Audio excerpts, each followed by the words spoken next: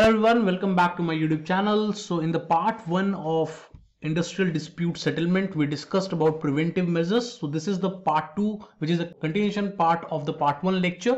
तो अगर आप में से किसी ने मेरा part 1 का lecture नहीं देखा है तो उसका link आपको description में मिल जाएगा. Do watch that lecture first and then come to this lecture. Otherwise अगर आप सिर्फ settlement machinery के बारे में पढ़ना चाहते हैं तो you can watch this video completely. So let's begin. Already we have discussed there are two types of machinery. So there are first machinery is called preventive measures and the second is called settlement measure. तो किसी भी तरह का अगर dispute हो जाता है, चाहे वो एम्प्लॉय के बीच में हो जाए, चाहे वो एम्प्लॉयर और वर्कर के बीच में हो जाए, या एम्प्लॉयर के बीच में हो जाए, अगर इस तरह का कोई भी डिस्प्यूट होता है as per the industrial dispute act 1947, तो आपके पास दो तरह के टेक्निक्स हैं या दो तरह के मेथड्स हैं. एक प्रिवेंटिव मेथड्स हैं, एक आपके सेटलमेंट मेथड्स हैं.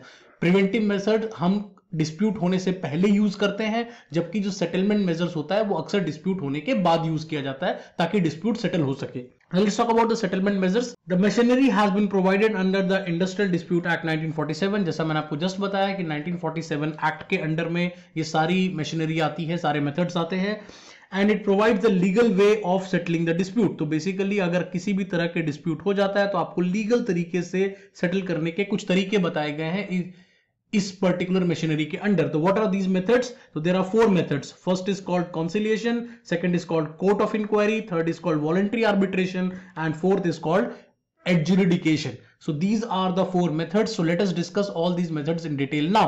So the first method is called conciliation. So what is conciliation? Conciliation is a practice by which the services of a neutral party are used in a dispute as a means of helping the dispute party to reduce the extent of their differences and arrive at a settlement of agreed dissolution. अगर आप इस definition को पढ़ेंगे तो काफी confuse हो जाएंगे. मैं आपको एक सिंपल तरीके से समझाता हूं. On one side you have worker, on one side you have management. इन दोनों की आपस में नहीं बन रही, इसी कारण से आप एक थर्ड पार्टी को लेकर आते हैं जो बेसिकली कंसीलियर कहलाता है. अगर आप उसको लेकर आते हैं जो कि एक थर्ड पार्टी है, वो क्या करता है, वो वर्कर की बातों को भी सुनता है, मैनेजमेंट की बातों को भी सुनता है और दोनों के बीच में डिस्प्यूट को रिजॉल्व करने की कोशिश करता है. जिस कंसीलियर को आप बीच में बैठाते हैं वो बेसिकली एक न्यूट्रल पार्टी होती है. तो as per the industrial dispute act there could be two ways of doing it. तो दो तरीके से आप इसको कर सकते हैं. न्यूट्रल पार्टी दो तरह के हो सकते हैं. तो first is called as appointing conciliation officers. Conciliation officers को आप रिक्रूट कर सकते हैं या हायर कर सकते हैं as your neutral party,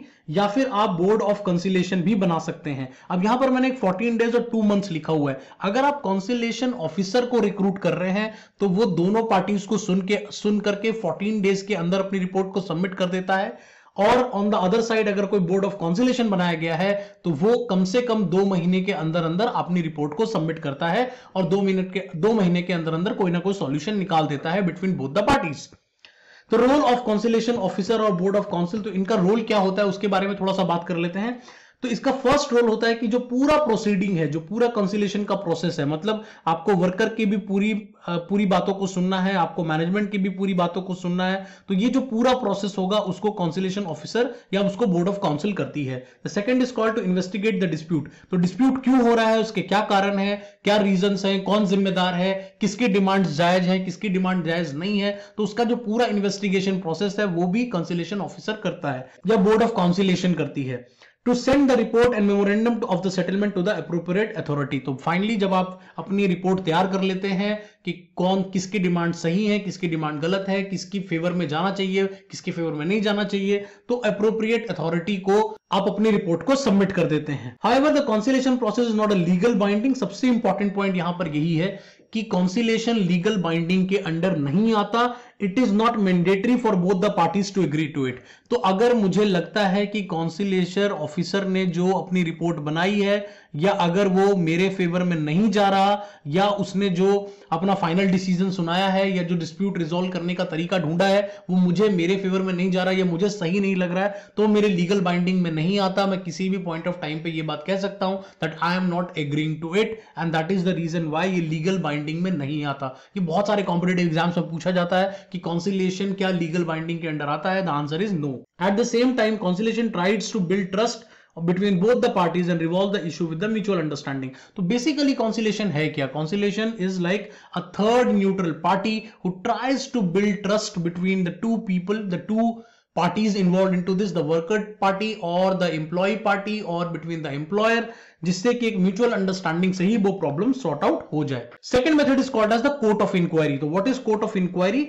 in case of the failure of conciliation proceedings, अगर कॉन्सिलेशन का प्रोसेस फेल हो जाता है, so in that situation the government can appoint a court of inquiry to inquire into the matter connected to the relevant industrial dispute. तो अगर worker और management के बीच में कोई डिस्प्यूट हो गया है और कॉन्सिलेशन का प्रोसेस भी फेल हो गया, कॉन्सिलेशन का प्रोसेस इसलिए फेल हो गया क्योंकि वो लीगल बाइंडिंग में आता नहीं था, इसलिए दोनों में से कोई एक पार्टी ने कह दिया कि भाई हम इस पर्टिकुलर जजमेंट को नहीं मानते, तो वहां पर जो कोर्ट होती है या गवर्नमेंट होती है, वहां पर जो गवर्नमेंट होती है वो बेसिकली एक कोर्ट ऑफ इंक्वायरी को अपॉइंट कर देती है जो इस पूरे डिस्प्यूट के मैटर को इंक्वायर करेगा.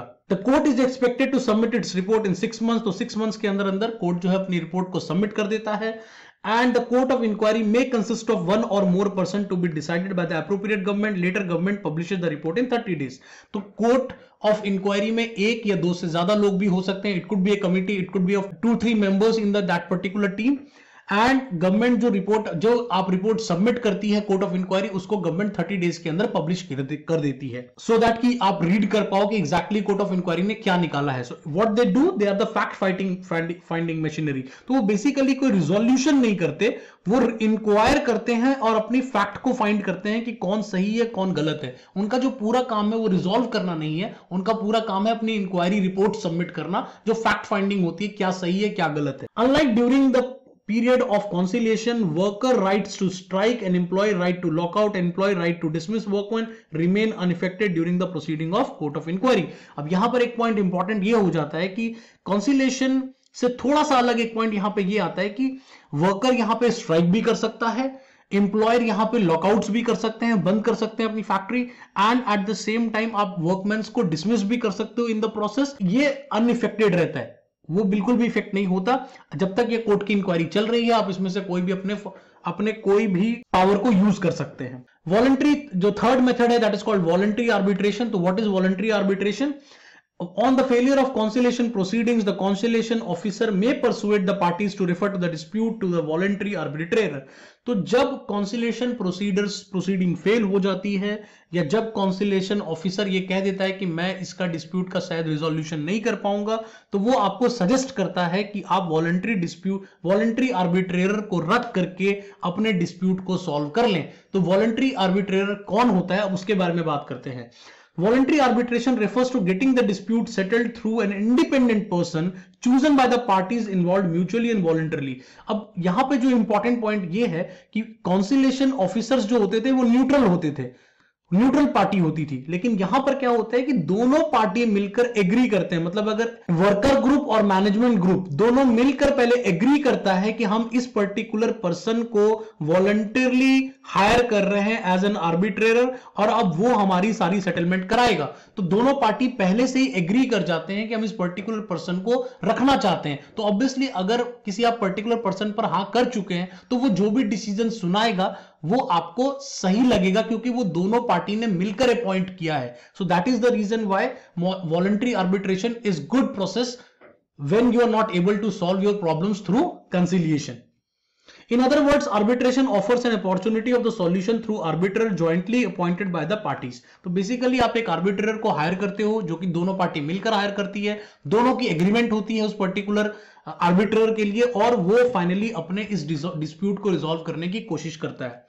It saves time and money that involve in the legal battle. तो अगर आप ये नहीं करते तो आपको लीगल बैटल लड़नी पड़ती, जो कि आपका टाइम भी खर्च होता, पैसे भी बहुत खर्च होते, उतने टाइम तक हो सकता है ऑर्गेनाइजेशन लॉकडाउन कर देती, तो आपको काफी सारा लॉस हो सकता था फाइनेंशियल भी. तो उन सभी चीजों से बचने के लिए आपके पास एक वॉलंटरी आर्बिट्रेशन का चॉइस है जो कि एक थर्ड पार्टी पर्सन को आप jointly हायर कर सकते हैं. The method is not got popular due to Mahatma Gandhi. However, it was legalized in 1956.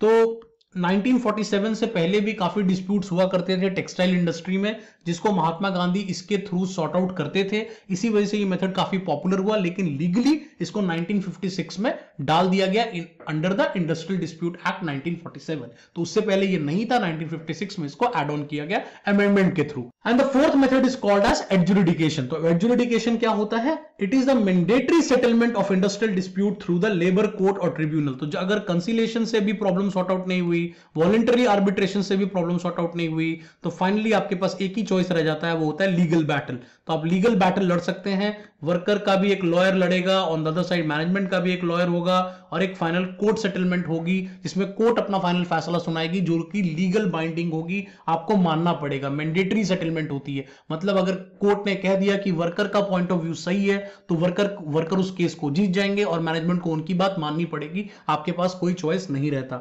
It is the ultimate solution when all the other method settlement fails to resolve the dispute. जैसा मैंने आपको just बताया कि जब सारे methods fail हो जाते हैं, then the last method you have it's called adjudication. Adjudication consist of settlement disputes through intervention of third party appointed by the government. तो यहां पर बेसिकली एक थर्ड पार्टी इंटरवेंशन होता है और वो थर्ड पार्टी जो है वो सारे केस को सुनती है और उसके बेसिस पे फाइनल डिसीजन सुनाती है कि ये डिस्प्यूट किसके फेवर में जाता है। The laws providing the adjudication conducted by labour court, industrial tribunal और नेशनल ट्रिब्यूनल। तो लेबर कोर्ट इसका डिसीजन ले सकती है, इंडस्ट्रियल ट्रिब्यूनल बैठाया जा सकता है, नेशनल ट्रिब्यूनल बैठाया जा सकता है, depending upon the severity of the dispute, और उसके बेस पे जो भी डिसीजन आएगा वो फाइनली आपको मानना पड़ेगा। So this was all about the 4 methods of settlement machinery in the industrial disputes 1947. I hope you enjoyed this particular session. Do watch part A as well as part B to cover the whole topic. Subscribe to my channel, like and share with all the students out there so that they get benefited out of it. Thanks for watching. We're meeting in the next session.